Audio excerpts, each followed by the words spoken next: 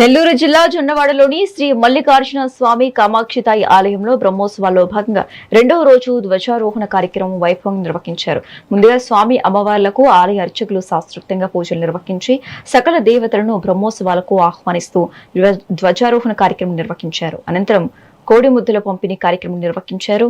సంతానం లేని మహిళలు కోడి ముద్దలు స్వీకరించేందుకు పోటీపడ్డారు. భక్తులకు ఎలాంటి ఇబ్బందులు కలగకుండా, అవాంఛనీయ సంఘటనలు జరగకుండా ఆలయ అధికారులు పటిష్ట ఏర్పాట్లు చేశారు. భక్తుల కోరికలు తీరాలని, అమ్మవారి ఆశీస్సులు భక్తులపై ఉండాలని ఆలయ చైర్మన్ అశోక్ రెడ్డి, ఈవో ఆరవ భూమి శ్రీనివాసులు రెడ్డి అన్నారు.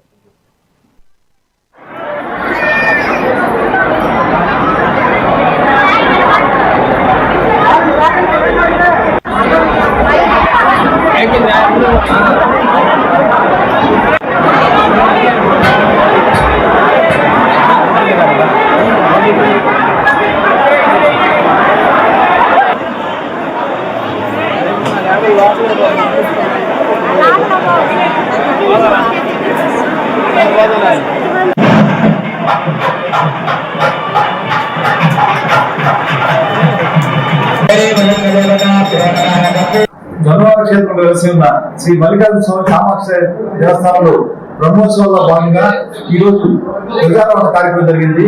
ఈ ధ్వజారోహణ కార్యక్రమంలో విశేషంగా భక్తులు పాల్గొన్నారు. ఈ కార్యక్రమంలో భాగంగా దేవస్థానంలో ప్రసాదంగా ఇచ్చే కొడుముద్దులు తీసుకున్న వారికి సంతానము, అదేవిధంగా ఆరోగ్యం కూడా బాగుండాలని ఇవన్నీ కూడా స్వీకరించడం జరుగుతూ ఉంది. ఈ కార్యక్రమంలో విశేషజ్ఞులు భక్తులు పాల్గొని జయప్రదం చేశారు. ఈ రోజు ధ్వజారోహణ విజయవంతంగా ప్రారంభమైన బ్రహ్మోత్సవాల్లో భాగంగా ఈ రోజు నుంచి ప్రతిరోజు సాంస్కృతిక కార్యక్రమాలు, అదేవిధంగా రామోత్సవాలు ఉంటాయి. భక్తులందరూ ఇచ్చేసి శ్రీవారిని దర్శించుకొని తీర్థ ప్రసాదాలు స్వీకరించి అమ్మవారి ఆశీస్సులు స్వీకరించవలసిందిగా కోరుతున్నాం.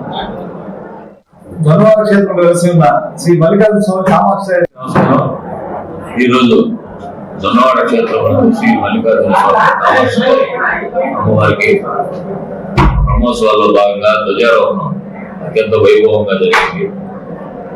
మా గౌరవ వేమిరెడ్డి ప్రభాకర్ రెడ్డి గారు మరియు గౌరవ శాసనసభ్యులు వేమిరెడ్డి ప్రసాద్ రెడ్డి గారి ఆశీర్వాదంతో మేము ఈ రోజు కార్యక్రమాన్ని దిగ్విజయంగా పూర్తి చేయడం జరిగింది. భక్తులు విశేషంగా దేవస్థానానికి రావడం జరిగింది. అందరికీ కూడా గుడి ముద్దల ప్రసాదం అందరికీ అందించడం జరిగింది.